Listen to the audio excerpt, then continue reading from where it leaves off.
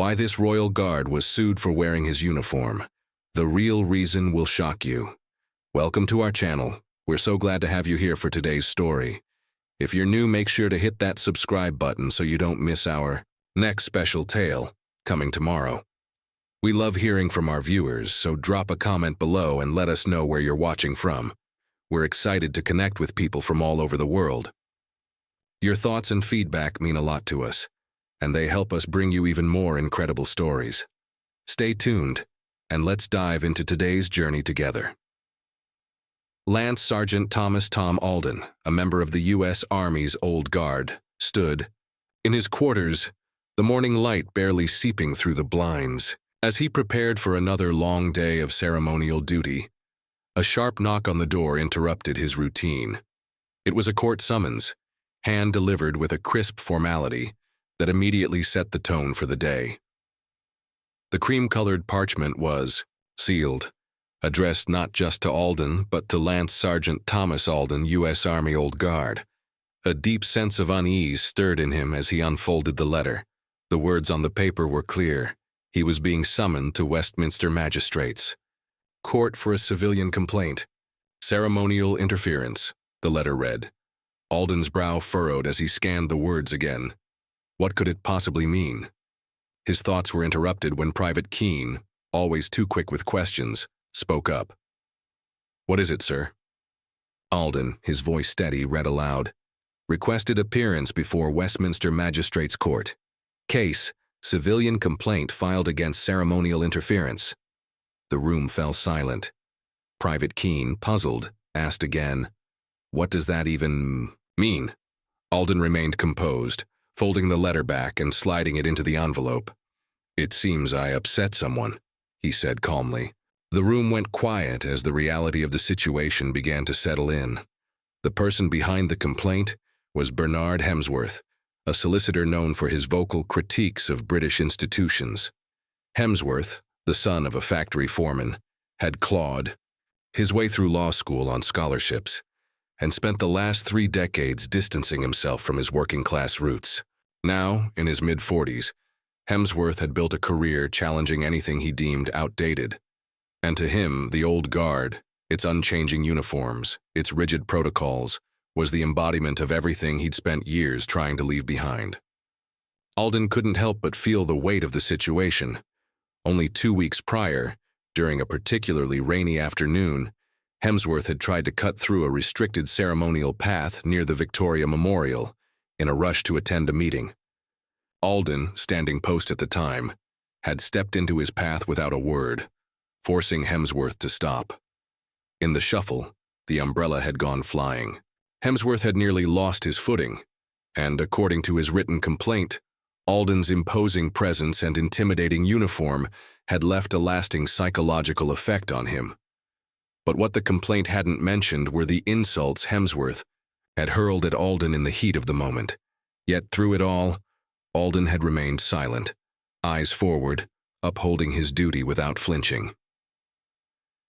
Bernard Hemsworth, the man behind the complaint, was a lawyer known for his bold stance on modernizing British institutions. In his late 40s, he had spent most of his life carving a path away from his working-class roots. The son of a factory foreman, Hemsworth had fought tooth and nail to climb the social ladder, earning scholarships and eventually securing a career that allowed him to challenge what he considered outdated systems. And in his eyes, the Old Guard, with its centuries-old traditions, ceremonial uniforms, and rigid protocols, was the epitome of everything that needed to be left behind. 2 weeks before the complaint, on a particularly rainy afternoon, Hemsworth had been running late for a meeting. Rather than taking the official route, which would have added unnecessary minutes to his journey, he decided to cut through a restricted ceremonial path near the Victoria Memorial. What he didn't anticipate was Alden standing post at that very location. The guard, as he always did, remained stoic, unyielding and silent. Hemsworth, in a rush and frustrated by the delay, attempted to bypass him. Without a word, Alden stepped into his path, blocking the way. In that moment, everything shifted. Hemsworth's umbrella flew from his hands as he nearly lost his balance. What followed was a flurry of insults hurled at Alden. with Hemsworth, demanding his name and number, his voice dripping with entitlement. But Alden didn't flinch. He didn't respond. His eyes remained forward, as was protocol. The silence, in fact, seemed to enrage Hemsworth more than anything. What struck Alden, though, wasn't just the public confrontation. It was the way. Hemsworth's reaction reflected the broader clash of ideals. For Hemsworth, the confrontation was about defiance, an assertion of modernity over tradition. But for Alden, it wasn't just about standing still in front of the Victoria Memorial. It was about something much deeper: duty. While Hemsworth saw the ceremonial uniform as a relic, Alden understood it as a link to history, a connection to those who came before him. In his mind, wearing that uniform wasn't about intimidation or superiority. It was about honoring a legacy, upholding something larger than himself. And yet, here he was, summoned to court for doing nothing more than following protocol. The absurdity of the situation didn't escape him. As the complaint loomed over him, Alden realized it wasn't just about this one encounter. This was a fight between tradition and progress, between standing still and moving forward. And for Alden, tradition had always been worth fighting for, no matter how uncomfortable it made the world around him. The courtroom, steeped in history, was the last place Alden expected to find himself. Its red brick exterior and narrow hallways exuded a weight that seemed to bear down on everyone who entered. Inside, the atmosphere was thick with anticipation, the air heavy with a sense of authority and tradition that felt almost suffocating. As Alden stood at the entrance, he was keenly aware of the contrast between himself and the modern world outside. The room seemed to shrink around him as he stepped inside, the low ceilings and polished wood benches creating a sense of confinement. Yet despite the obvious tension, Alden's posture remained unchanged. He walked with precision, each step echoing through the silence. In stark contrast to the modern suits and crisp business attire surrounding him, Alden wore his full ceremonial uniform, his scarlet tunic pressed to perfection, his boots shining brightly. The bare skin, the iconic tall hat that Hemsworth had found so oppressive, seemed to tower above the room. His very presence, silent, unyielding, and composed, made the space feel smaller. The silence that followed his entrance wasn't just the quiet of a well-behaved court. It was a silent challenge to everything Hemsworth stood for. As the judge looked up from her papers, her gaze fell on Alden and a flicker of amusement danced in her eyes. "Well, I believe the dress code has been observed," she remarked, her voice dripping with thinly veiled sarcasm. But Alden didn't react. He remained, still his gaze fixed ahead, a symbol of unwavering duty. The judge's tone shifted, but Alden's calmness remained unbroken. The courtroom buzzed with the undertones of conflict, modernity versus tradition, the future against the past. Hemsworth, the man who had initiated this spectacle, stood at the prosecution table, visibly uncomfortable in Alden's presence. He adjusted his collar nervously, his suit a stark contrast to the immovable uniform standing before him.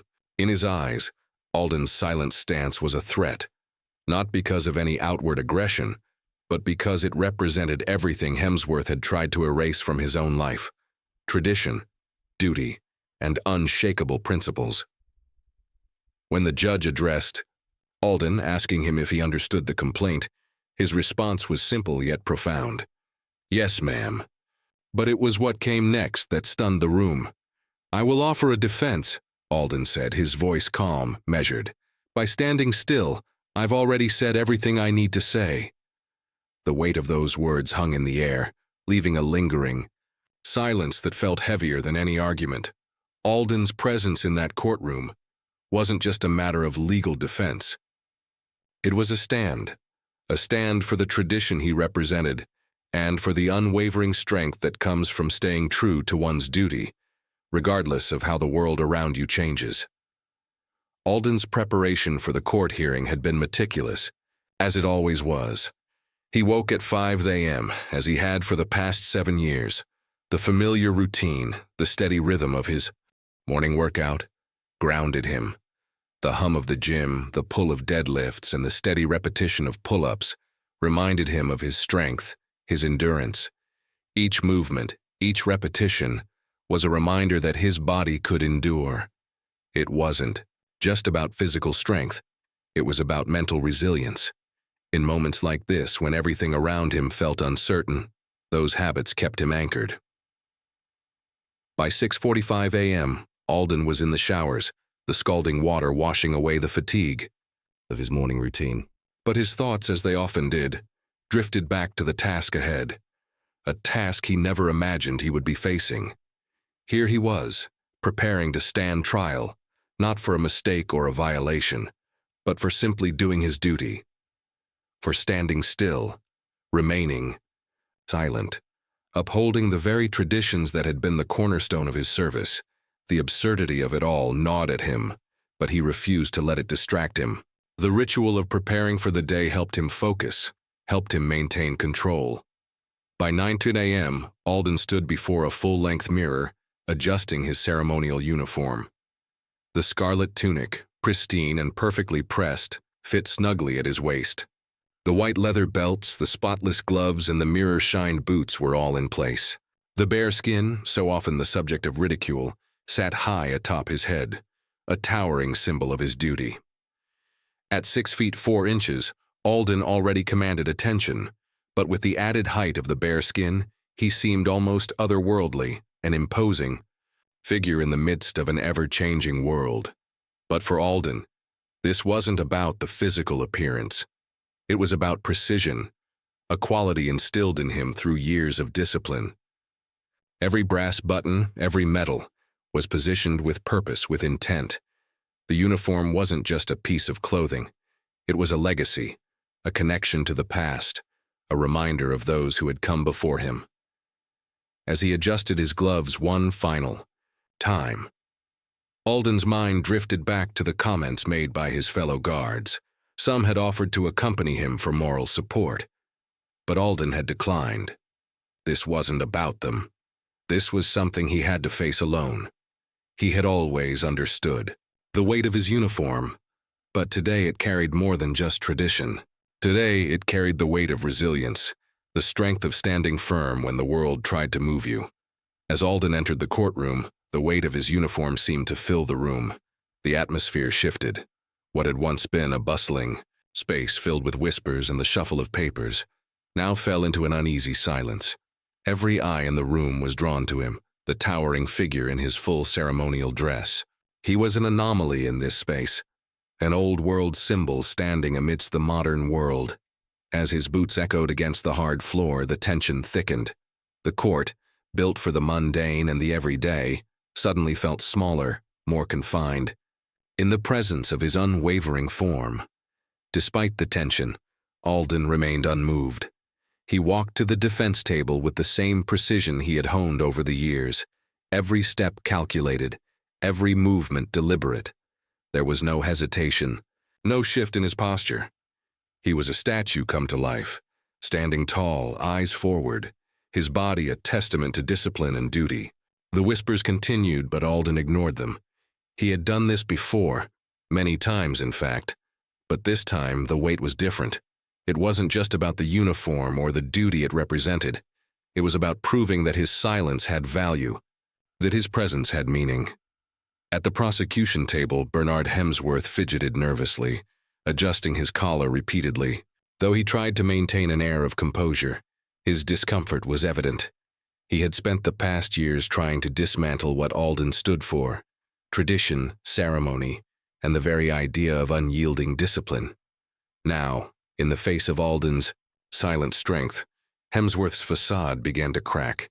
He couldn't argue with Alden's presence. It was a force that needed no words, no defense. And that, more than anything, seemed to unsettle Hemsworth. When the judge finally addressed Alden, her voice rang out in the quiet courtroom. "Lance Sargent, do you understand the complaint brought against you?" she asked. Alden's response was simple, yet carried weight. "Yes, ma'am." His tone was clear, calm, controlled, just as it had always been. But it was what came next that truly marked the shift in the room. "I will offer a defense," Alden stated, his voice steady.